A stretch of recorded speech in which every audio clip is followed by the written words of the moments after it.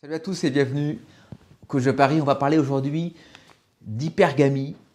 Et juste avant de commencer l'explication, je vais vous réciter un petit extrait de l'article qui s'appelle L'amour, le dernier boulet des femmes par Peggy Sastre, qui est une journaliste américaine, et qui parle de l'hypergamie, un article qui est extraordinaire que je vous conseille à lire. Et elle parle de ça, elle dit voilà, si ces histoires semblent disparates, qu'elle parle de trois histoires, elles illustrent en trois variations du martyr amoureux les racines d'un mal très féminin, l'hypergamie, soit le mariage, gamos, ou au-dessus, hyper, donc le goût du plus vieux, du plus riche, du plus diplômé, et le fait d'envisager le couple comme un ascenseur spirituel, social, statutaire, pour être fondamentalement hétéronome.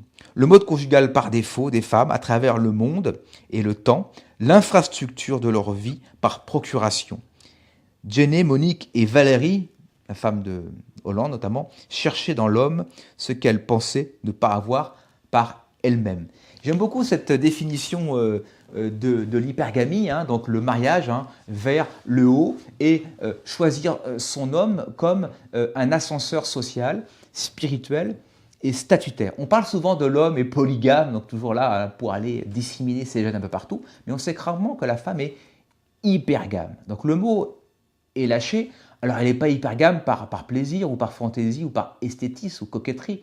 L'hypergamie est très proche de cette notion qu'on connaît de l'horloge biologique. Une femme est là pour faire des enfants, pour assurer la survie de l'espèce. On reste vraiment sur un langage très évolutionniste aujourd'hui. Il y a d'autres façons de penser et de réfléchir, mais là on est sur un langage évolutionniste. Donc la femme est très tiraillée par cette dimension d'horloge biologique, donc faire des enfants. Et bien entendu, elle veut que cet enfant soit entretenu dans les meilleures conditions possibles, matérielles, sécuritaires, géographique. Donc elle a tout intérêt, non pas à choisir l'homme de sa vie, mais plutôt choisir le bon père de ses enfants. Et l'hypergamie, c'est ça. C'est où est la personne capable d'assurer cette dimension de sécurité. Donc l'homme qui apporte les ressources qu'on appelle la calorie et où le trouver. Donc l'hypergamie est au centre de la vie parce que la femme est la matrice du monde et quel que soit l'âge, souvent je dis, mais même une femme de 80 ans a toujours besoin de séduire, de se savoir, toujours prête à aller à faire des enfants, même si c'est fini, sa biologie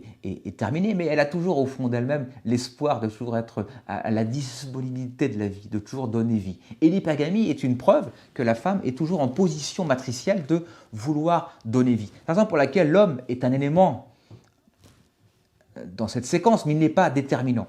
Souvent, je dis à des amis, mais par exemple, je dis souvent, mais ma copine, moi, elle entretient de près ou de loin, plutôt de loin, deux prétendants. Des prétendants qui sont là, finalement, pour montrer qu'elle est toujours en position de séduction. C'est souvent qu'une femme est toujours dans le game, en séduction, une femme est toujours dans le game, même si une femme est amoureuse ou est en couple, elle est toujours à la disposition de la séduction.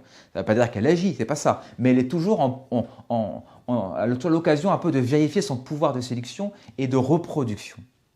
Donc souvent je dis à mes amis, non, c'est pas qu'elle soit une salope, ni qu'elle soit pas fiable, c'est pas vrai. C'est que sa biologie l'amène à toujours se mettre en position de vérifier si je fais un peu toujours l'affaire, si je suis toujours à la hauteur de cette relation. Et dans le cas où je ne ferai pas l'affaire, eh bien d'autres prétendants seraient là pour prendre le relais. C'est ce que je dis souvent, c'est un peu terrible, mais si c'est pas toi, ça sera un autre. Sachez que les hommes ne sont pas indispensables. Donc si vous me regardez, si vous êtes en couple, si votre femme est amoureuse de vous, sachez qu'une femme entretient toujours discrètement, de manière soit visuelle, soit à travers Internet ou Facebook notamment, toujours une ou deux personnes, deux mecs qui sont toujours un peu autour d'elle et elle s'arrange toujours pour toujours entretenir cette relation. Donc c'est important d'avoir cette notion en tête qu'une femme, elle est là pour avoir le meilleur prétendant possible. Raison pour laquelle souvent, lors de divorces ou de séparations, les femmes se remettent très rapidement et très facilement d'une rupture. On voit même que souvent les tragédies sont souvent masculines. Lorsqu'une femme quitte un homme, parfois on voit des choses tragiques quand le mec se suicide Bah, par exemple, on ne voit aucune femme se suicider pour un homme, très rarement. Elle met quelques semaines pour s'en mettre, et puis après, elle passe à autre chose. Les meurtres, par exemple, qu'on voit, les féminicides, malheureusement, ce sont souvent les hommes qui les produisent. Rarement, une femme va aller tuer son mec parce qu'il l'a quitté. Très rarement. Donc, vous voyez, la femme est toujours un petit peu à la disposition, non pas des hommes, mais de la vie, hein, de la vie de l'espèce. Donc, l'homme étant un élément matriciel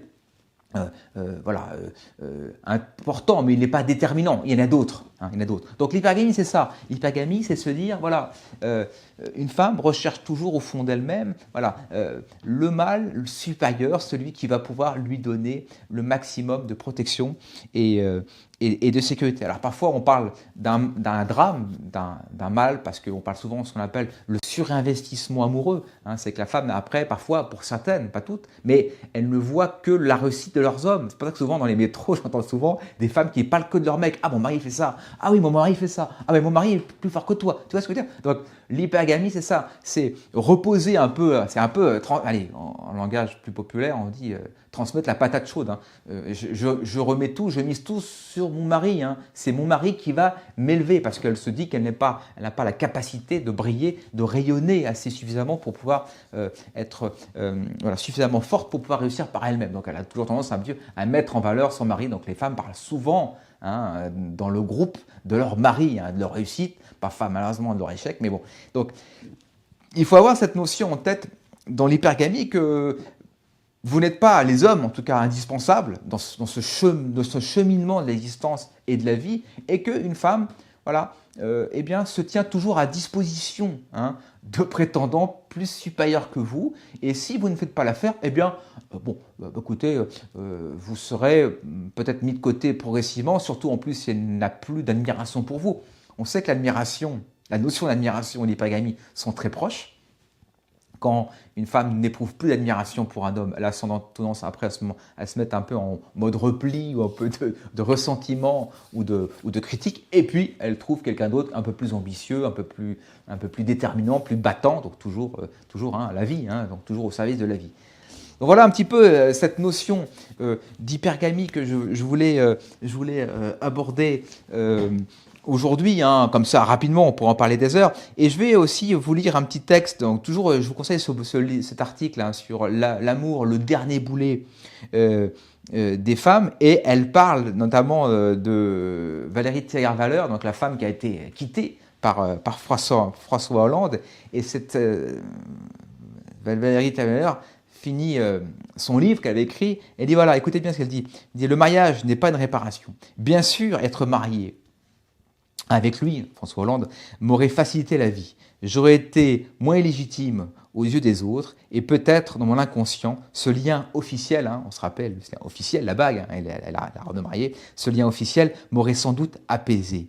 Je n'aurais pas autant perdu confiance en moi, écrit encore Trierweiler. Et pour finir, cela explicite la béquille existentielle que tant de femmes, à travers le monde et les époques, traquent dans l'homme censé subvenir à leurs besoins au sens le plus littéral du terme. Par exemple, pour laquelle souvent les femmes adorent ce qu'on appelle les mauvais garçons, un peu virils, un peu couillus, comme je veux dire que le gentil garçon romantique et poète n'a aucun succès parce qu'il ne pourra jamais être à la tête de la famille et assurer le foyer et assurer la protection de ses enfants. Donc rappelez-vous que souvent on disait que l'homme préféré des femmes est un peu le salaud. Et d'un côté, c'est pas faux, puisque la virilité a toujours plus payé que la gentillesse ou le romantisme, qui sont des notions très, très féminines.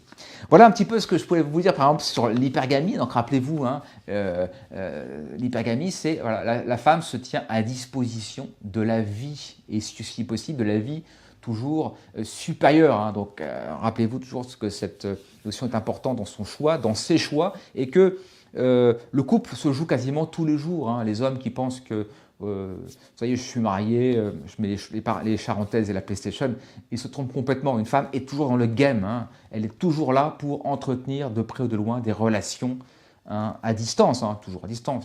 On ne parle pas d'infinité, mais toujours prête à voir plus loin et plus haut et plus ambitieux. Donc messieurs, soyez toujours dans le game. La séduction ne s'arrête jamais. Et quelle que soit votre situation, il y a toujours à faire, il y a toujours à prouver, à démontrer hein. Et rappelez-vous toujours cette notion de l'hypergamie, qu'une femme est toujours à disposition des hommes et à disposition de la vie.